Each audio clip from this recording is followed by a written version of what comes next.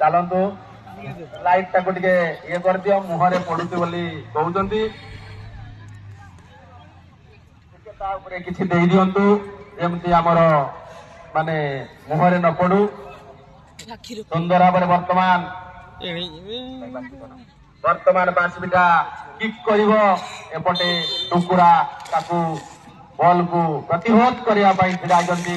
ବାଂଶୀଟା ରଖି ଦେଖାଯାଉ କଣ ହଉଛି। ଗୋଲ୍!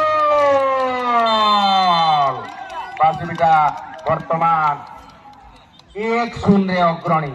ହଁ, ବାଂଶୀଟା ବର୍ତ୍ତମାନ 1-0 ଅଗ୍ରଣୀ। ବର୍ତ୍ତମାନ ଟୁକୁରା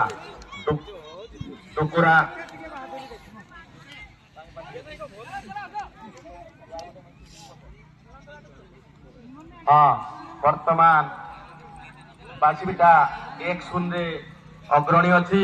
ବର୍ତ୍ତମାନ ବାଂଶୀଟାର ଗୋଲ ରକ୍ଷକ ସେପଟେ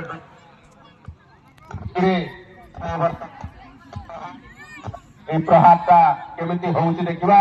ଟୁକୁରାର ଯୋଉ ପୁରା ବୀର ଦର୍ପରେ ଆମର ଗୋଲ ରକ୍ଷକ ପୁରା କଣ 15 ନମ୍ବର, ସେ 15 ନମ୍ବର ଭାରି ବାରୁଦ ଭଳିଆ ସେ ପୁରା ଅଟକେଇବାରେ ଖୁବ ଦ୍ରୁତ।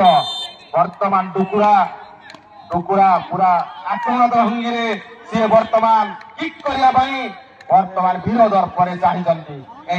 ଏଇ ବର୍ତ୍ତମାନ ଇଆଡେ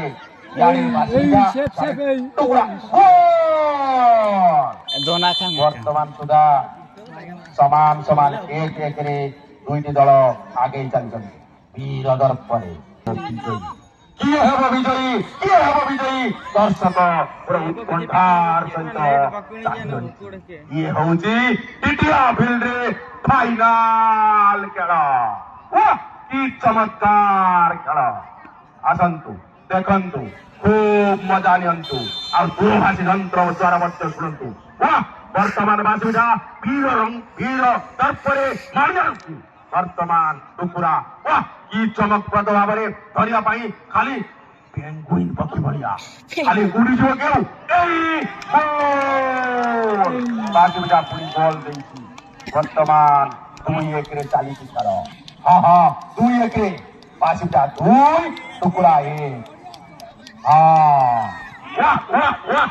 ଦର୍ଶକ ମାନେ ତାଳିରେ ପୁରା ପ୍ରକମ୍ପିତ କରିଦେଉଛନ୍ତି ଏ ମଇଦାନକୁ। ସୁନ୍ଦର ଭାବରେ ଖେଳ ଆଗେଇ ଚାଲିଛି। ଯେଉଁମାନେ ଦୂରଭାଷୀ ଯନ୍ତ୍ରରେ ଶୁଣୁଛନ୍ତି ସେମାନେ ମଧ୍ୟ ମଜା ନେଉଛନ୍ତି ବୋଲି ମୁଁ ଅନୁଭବ କରୁଛି। ବାଂଶୀଟା ଆଉ ଟୁକୁରାର ଫାଇନାଲ ପେଲେଣ୍ଟ୍ରି କିକ୍। ଇଏ ଗୋଟେ ଖେଳର ନିର୍ଣ୍ଣାୟକ ଭୂମିକାର ଇଏ ଗୋଟେ ଅଂଶ ବିଶେଷ। ସୁନ୍ଦର ଭାବରେ ଖେଳ ଚାଲିଛି। ଦର୍ଶକର ଅଭାବ ନାହିଁ, ଆଉ ଖେଳୁଆର ମନ ମଧ୍ୟ ଖୁବ ଚଞ୍ଚଳ।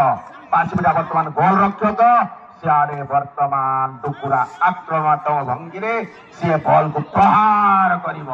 ପୁରା ବୀର ଦର୍ପରେ ପ୍ରହାର କରିବ ଟୁକୁରା, ଆଉ ତାକୁ ସୁରକ୍ଷା ଦବ, ତାକୁ ରକ୍ଷା କରିବ, ତାକୁ ପ୍ରତିହତ କରିବ ବାଂଶୀଟା।